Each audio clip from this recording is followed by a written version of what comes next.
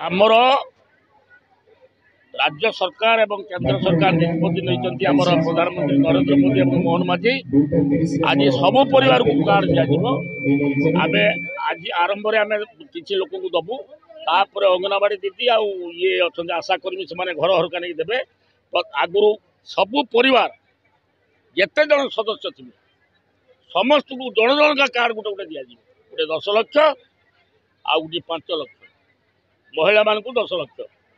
तेणु से कार्ड देवे जो चाहिए सारा भारत वर्ष जो जगार चिकित्सा हो पारे किसी असुविधा नहीं गरीब को पैसा अभाव मारे दिज्व ना यहाँ आम राज्य सरकार निष्पत्ति पदुना निष्पत्ति जड़े पैसा पाऊन गरीब लोक से चिकित्सा अभाव घरे मरी सी हम ना क्या घरे पैसा अभाव मरवा दिज्व मु सरपंच जामझाड़ी आज आयुष्मान भारत प्रधानमंत्री जन आरोग्य योजना आज शुभारंभ है। यही शुभारंभ में 5 गोटी पंचायत आम जामझाड़ी मार्कणा बाउरीपदा आंदपुर एवं बांगर खड़गड़िया ये समस्त कार्डधारी आसी समस्त को यही सभार कार्ड बंटन कराला एवं आगुरी जो कार्ड थिला विजु स्वास्थ्य कार्ड से कार्ड टी आपणकर कार्ड मेंबर पिछा कार्ड टी थिला परिवार पिछा गोटे कार्ड से नियोजित हो पारे कि आपणकर सेवा पाई पारे किंतु ए आयुष्मान भारत योजना जन आरोग्य कार्ड टी पर मेंबर जो मानकर आगुरी थिला कौन महिला मानक 10 लाख एवं पुरुष मानक 5 लाख थिला किंतु एटी प्रत्येक व्यक्ति प्रत्येक लोकों महिला मानक 10 लाख एवं पुरुष मानक 5 लाख प्रत्येक इंडिविजुअल समस्त ए सेवा से पाई परिबे। कार्ड आपणकर मेडिकल प्रशासन तरफ आप एएनएम मैडम एवं आशा अंगनवाड़ी माध्यम घर घर का लोके से पाइपर। आज जो आयुष्मान योजनार जो शुभारंभ आज प्रत्येक स्वास्थ्य केन्द्र रे ऑल ओडिशा रे आज सेम टाइम रे अब सेम तारीख रे आज जो प्रोग्राम होची आज सिमुलिया ब्लॉक तरफ आम कन्नैबिंदा पंचायत 10 पूजा पड़िया रे ठारे आमर 5टी पंचायत को लेकिन आयुष्मान योजनार आज शुभारंभ। ये 5 गोटी पंचायत होची आमर मुख्य पंचायत सदर कन्नैबिंदा एवं ता सांगरे आमर मैतापुर पंचायत बंगालपुर पंचायत शामसुंदरपुर पंचायत बरी पंचायत मध्य सहयोग होगी 5टी पंचायत आयुष्मान योजना शुभारंभ होची। सर्वप्रथम ये 5टी पंचायत जनसाधारण को मोर धन्यवाद कृतज्ञता जनाऊँगी जे समस्ते एक मनरे एक लयरे यशस्वी प्रधानमंत्री श्रीजुक्त नरेंद्र मोदी एवं ओडिशार मुख्यमंत्री श्रीजुक्त मोहन चरण माझी एवं सिमुलियार विधायक समस्त नना पुअर नना बापर नना श्रीजुक्त पद्मलोचन पंडा को भल पाई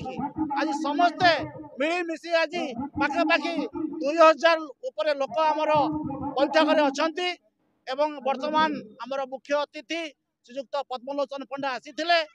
एवं आज ये 5 गोटी पंचायत रे 25 जन को बेनिफिशियरी को आज आयुष्मान योजना कार्ड दिज्व एवं पर मुहूर्त काली ठारू आमर जो ब्लॉक स्टाफ अच्छा समस्त घरे घरे जाइकी कार्ड पहुँचब एवं जो मुद्दा जो डबल इंजिन सरकार चलती आज डबल इंजिन सरकार चली बोली आज ये व्यवस्था है। आज जो आयुष्मान कार्ड उद्घाटन करागला जे सारा उड़ीसा रे आज ये प्रोग्राम चली आज आमर माननीय मुख्यमंत्री एवं केंद्र स्वास्थ्य मंत्री समस्ते आज आज उद्घाटन कर आज आमर जो बालीखंड सीएचसी पाखरे बीएचसी रे जो उद्घाटन होती जे आज आमर 400 लोकों कार्ड आसी या परवर्ती पर्याय जे समस्त को घरे घरे कार्ड देकी व्यवस्था नहीं दबार व्यवस्था करा जाउची जेते अछंती आमर जे लोक समस्त गोटे गोटे कार्ड होने परिवार जब 10 जन सभ्य थे 10टा कार्ड दिज्व एवं ये कार्ड केवल ओडिशा राज्य लागू नहीं एटा सारा भारत वर्ष लागू अच्छी। नरेंद्र मोदी स्वप्न साकार हवा पाई जाउची जो डबल इंजिन सरकार चली श्रीजुक्त मोहन चरण माझी एवं नरेंद्र मोदी समन्वय आज समग्र ओडिशार कड़े अनुकणे आयुष्मान भारत योजनार शुभारंभ हो जहाँ समस्त ओडिशावासी मानक पाई एक सुवर्ण युग जो केवल ओडिशा रे से सेवा पाउतले ता समग्र भारत वर्ष रे ता उपलब्ध हम से आमे माननीय प्रधानमंत्री नरेंद्र मोदी को बधाई जनाऊँ एवं माननीय मुख्यमंत्री श्रीजुक्त मोहन चरण माझी को आम बधाई जनाऊँ। मो ना सुशांत कुमार जेना खिरकुणा सरपंच। आज